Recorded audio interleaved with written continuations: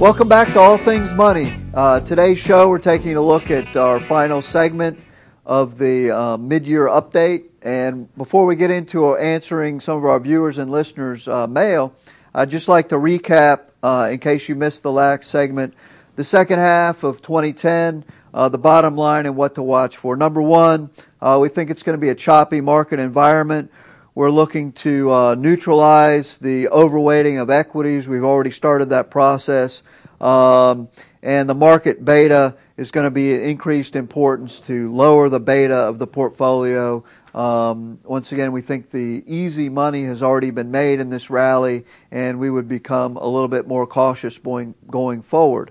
Materials and energy, four factors. We like these sectors long-term, material and energy. But obviously the stock market is going to affect their near-term performance. Commodity prices, the dollar, and the China's relative strength are all going to affect the materials and energy.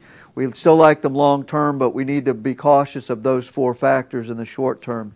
Consumer discretionary, we've gone neutral on consumer discretionary. We feel like it's breaking down a little bit in terms of relative performance, so we've neutralized that overweighting. The industrials, we're watching the credit spreads as well in that area and looking to swap out of those sectors into later cycle industries. The tech, once again, looking to lower the beta of our technology recommendations and switch into things like IT consulting and services, which are a little bit less volatile than, say, semiconductors. Okay, we want to get into some of our viewers' email. A listener from Taberna sent an email asking, what is the difference between consumer staples and consumer discretionary sectors? And that's a great question. This viewer read that Walmart was reclassified from consumer discretionary to consumer staple, and as a result doesn't really understand the difference. It can be confusing because some things that we consider to be staples, like cars, I mean, who can survive today in America without a car? Not many people, but there really aren't. They're considered discretionary, and things that we consider discretionary, those of you that smoke, wouldn't view tobacco as discretionary, but in fact they are classified that way. So consumer staples simply are a category of industry comprised of things such as food, beverages, housewares, clothing, tobacco, prescription drugs. Those are the main ones. Part of the confusion here stems from the word staples. It makes sense that this sector is made up with products that you can't live without, but it's really represents the most common consumer products sold across all socioeconomic classes, and hence the inclusion of tobacco and things like that. Typically also consumer staples during times of economic hardship.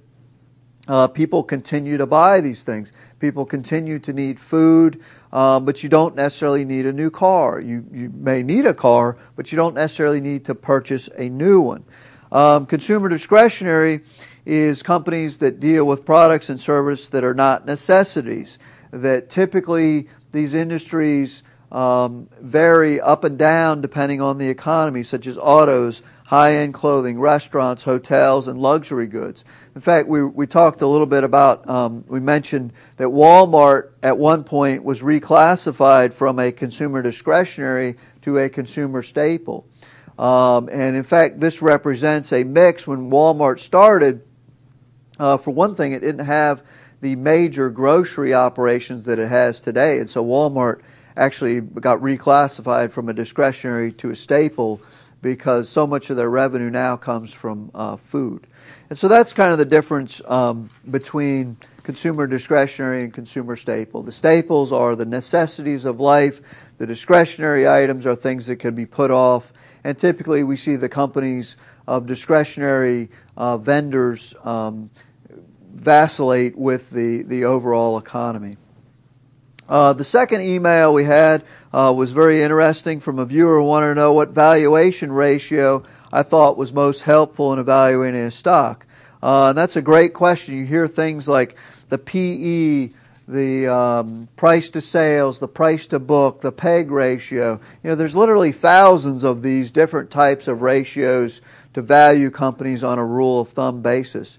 And first of all, let me say that these are rules of thumb. The PE ratio is probably the oldest and one of the most quoted ratios out there. It's very important you understand what you're talking about. The PE ratio is simply the price divided by the earnings.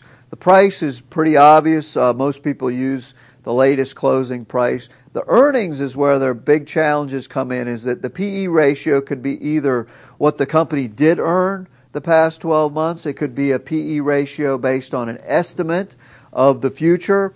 Value Line's PE, what Value Line is a prominent company. A lot of you may have heard of Value Line Ratings. They use the 6-month prior earnings plus the 6-month estimated. So there's a sort of a hybrid. You also have people like Robert Schiller, who do a lot of historical work. He uses a 10-year average PE, especially on the market, to determine over or undervaluation.